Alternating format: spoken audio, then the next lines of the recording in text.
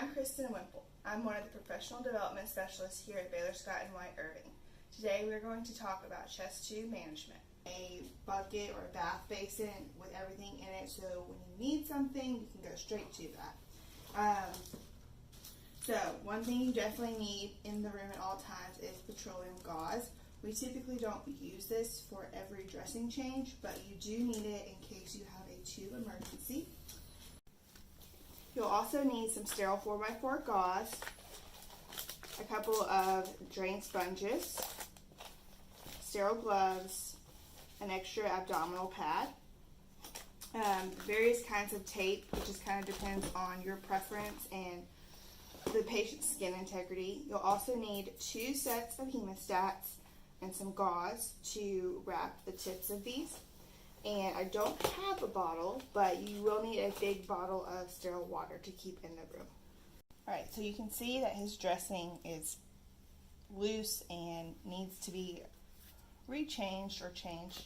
So, with clean gloves, I'm going to go in and remove the tape, which there was not a whole lot holding that dressing intact.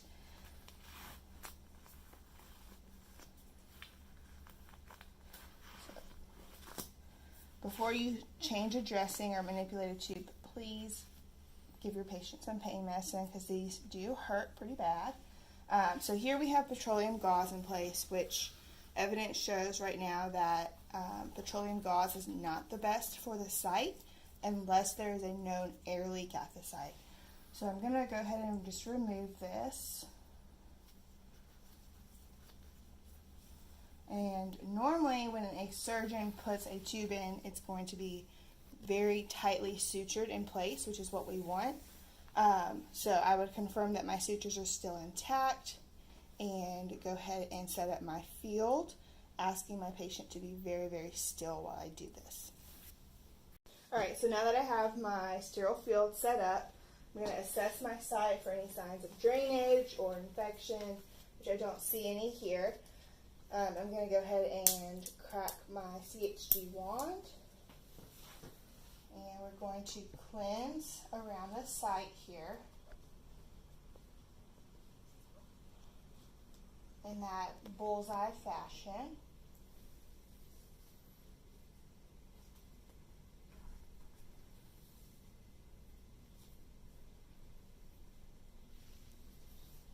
And you can also cleanse down the tube here for what's going to still be under the dressing when we get through.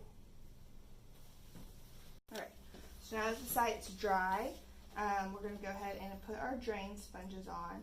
You don't want the fenestration hole to be all the way up snug to the tube. You just want them to lay and overlap one another. And our patient's armpit is kind of in the way, so we're going to work around that. Right. So I'm also going to place some gauze underneath the tube so that the tube doesn't sit straight right up against the skin. And then we can also cover this tube just a little more with some more sterile 4x4s.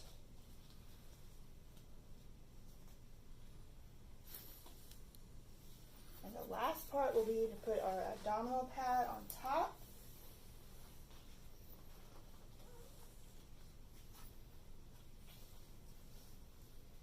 We're going to tape in a vertical direction. This allows the patient to move a little more without pulling on the dressing and compromising its security.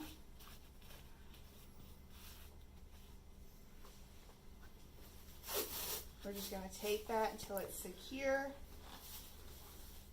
and then we will move on to securing the tubing.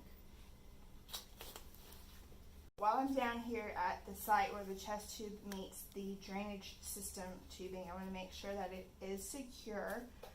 If at any time I suspect that there's an air leak because there's continuous bubbling in the drainage chamber down below, I can take some gauze, wrap it around the tube here, and clamp with the hemostats. If the bubbling stops, that means the air leak is up here in the tube part.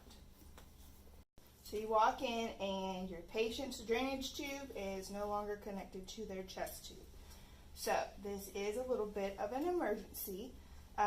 You have that sterile bottle of water in the room, and in the meantime, to keep air from getting back into the patient's thoracic cavity, we want to take some gauze and our hemostats, quickly clamp that, open our bottle of sterile water over here, and then we're going to put the end of this chest tube down into the sterile water, unclamp our tube,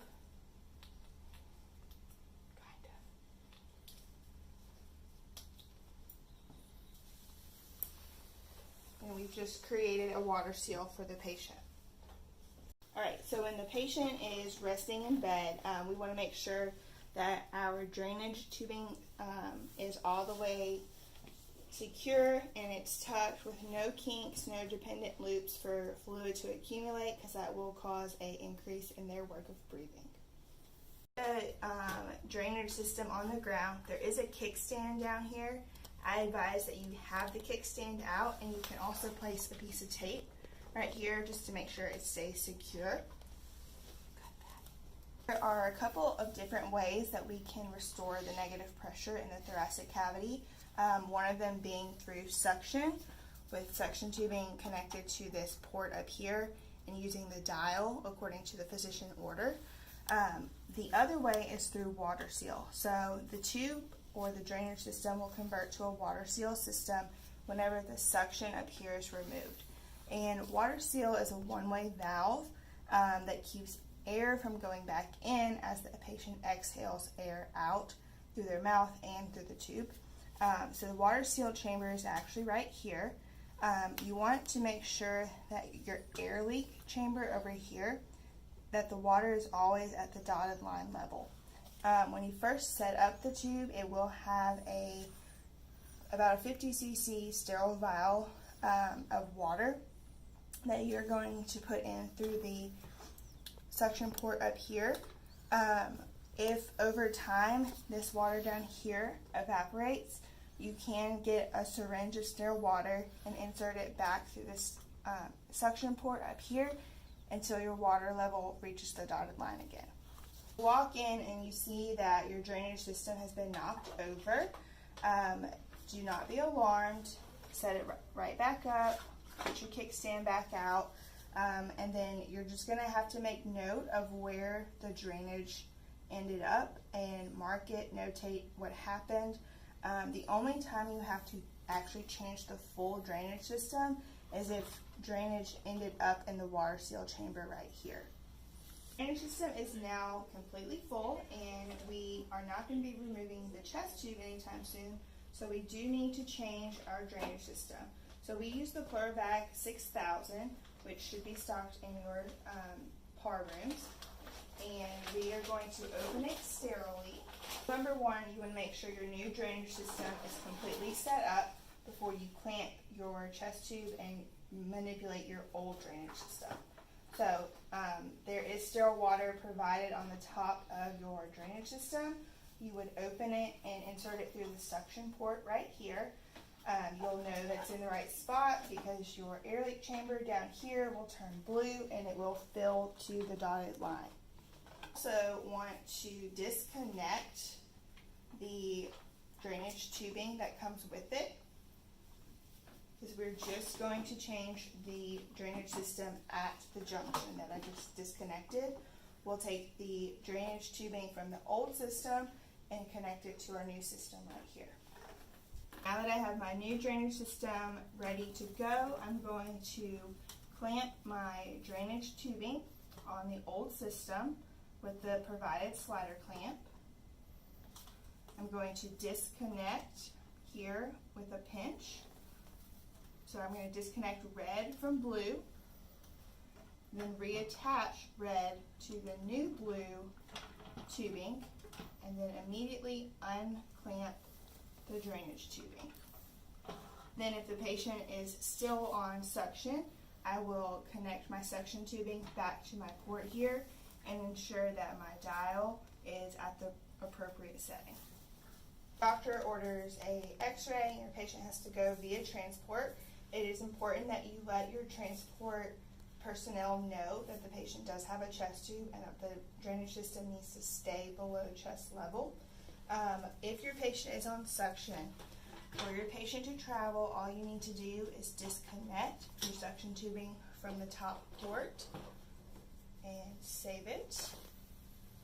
And then your system will convert over to water seal. Most patients can tolerate water seal for the duration of their radiology trip or their trip off the unit. When you're setting up your room, you'll actually need 2 suction regulators. One of them, of course, for your patient to use to suction their mouth out. The other is for your suction tubing to your drainage system. So you want to have a direct connect of your suction tubing straight to the regulator. You do not need to have a suction canister in between, as it contributes to dead space and it causes an increased work of breathing for the patient and an increased need for suction.